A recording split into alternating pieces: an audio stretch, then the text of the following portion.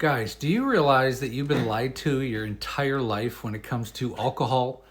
We've been taught almost since childhood that alcohol is a good thing. It's a positive thing in your life.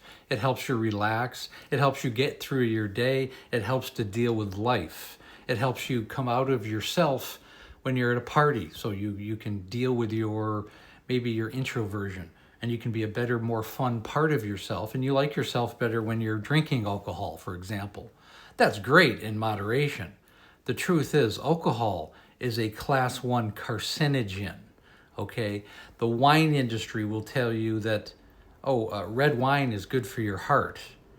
Not really. Okay? You can get the same effect from pycnogenol and other fruits and vegetables than you do from wine, minus the 11 or 12% volume of alcohol that's actually in the wine. The whiskey industry. Oh, yeah, whiskey's good for your heart. Yeah, something that has 40% by volume alcohol, and you're drinking that, which is essentially ethanol, which is, pure poison, and you just have a high volume of poison. Granted, you drink much less of it, but it still has the same effect. Same effect.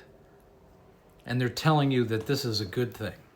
During COVID-19, I'm going to get into this in a minute, the reason why bars were open, liquor stores, grocery stores that sold wine, the reason why they were open because there was such an amount of the population that if the alcohol was not available, they would have gone into detoxification. They would have gone in through withdrawals. They could have had DTs.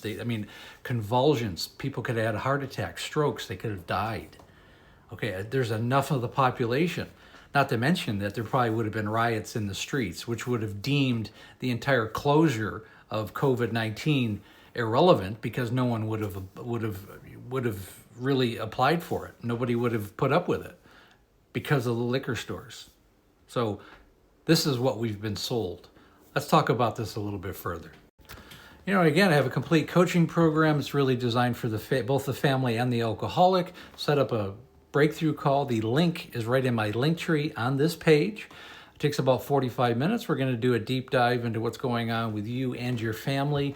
If that's appropriate, I'm really looking for people who want to change the paradigm of their life forever and set them up with a blueprint of where to go and what to do and really change their life. The call is free. The course is definitely not.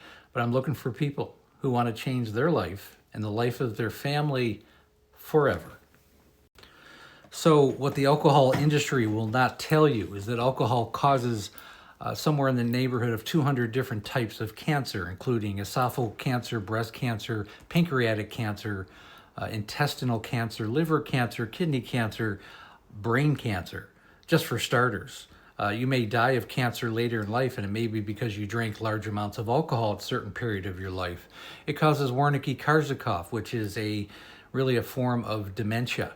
And that can take effect in someone's 30s, 40s, 50s, and 60s, depending on how much volume they've done. You have to realize there is a hereditary disposition that's attached to it, family, culture, peer pressure. So however you get into that realm of addiction, once you are addicted, you're in really put yourself in harm's way and everybody in your life in harm's way. The alcohol industry will not tell you that. They won't explain it to you on the side of a bottle. They should have all these warnings on the side of a bottle. Not because people don't know, because a lot of people do, but when you go buy a bottle and you're a 16-year-old kid, you might look at it and go, maybe I don't want this. This is not as attractive as my friends are making out to be. This isn't as attractive as my family is made out to be. They all drink, so maybe, here's some critical thinking skills. Maybe I don't want to put this crap in my body and go down the road that they're going. Maybe my parents drank, my grandparents drank. You know what? Maybe I want to break that cycle. Wow, critical thinking. How about a little help from the writing it on the side of a bottle and explaining to people that this is a class 1 carcinogen and this is literally poison that you're putting into your body on a regular basis. Oh, and believe me, I understand this is not a popular opinion.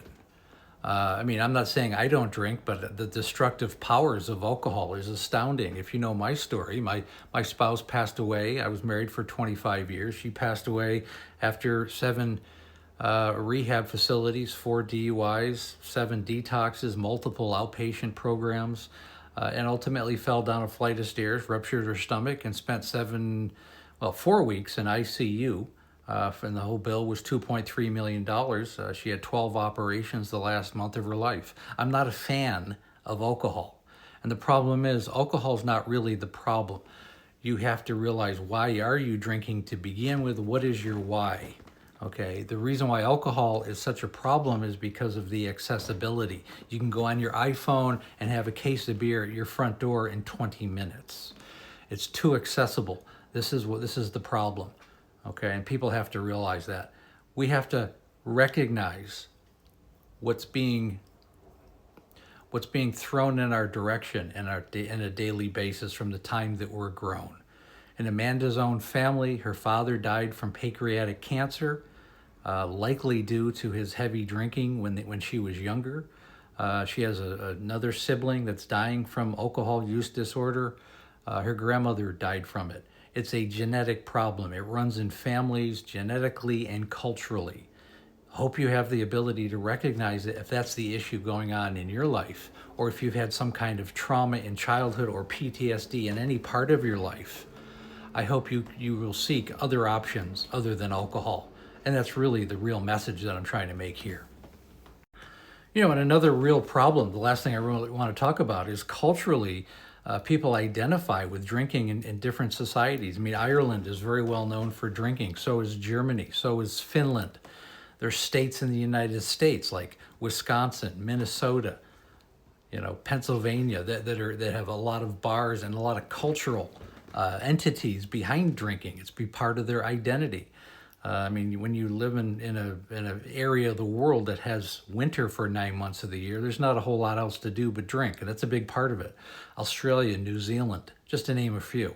It's prevalent in a lot of parts of the world, and as a result, that kind of cultural normalcy needs to be identified and recognized and changed. People need to critical think their way out of this mess that they've got themselves into so that we can have a happier, healthier, more productive life, to say the least.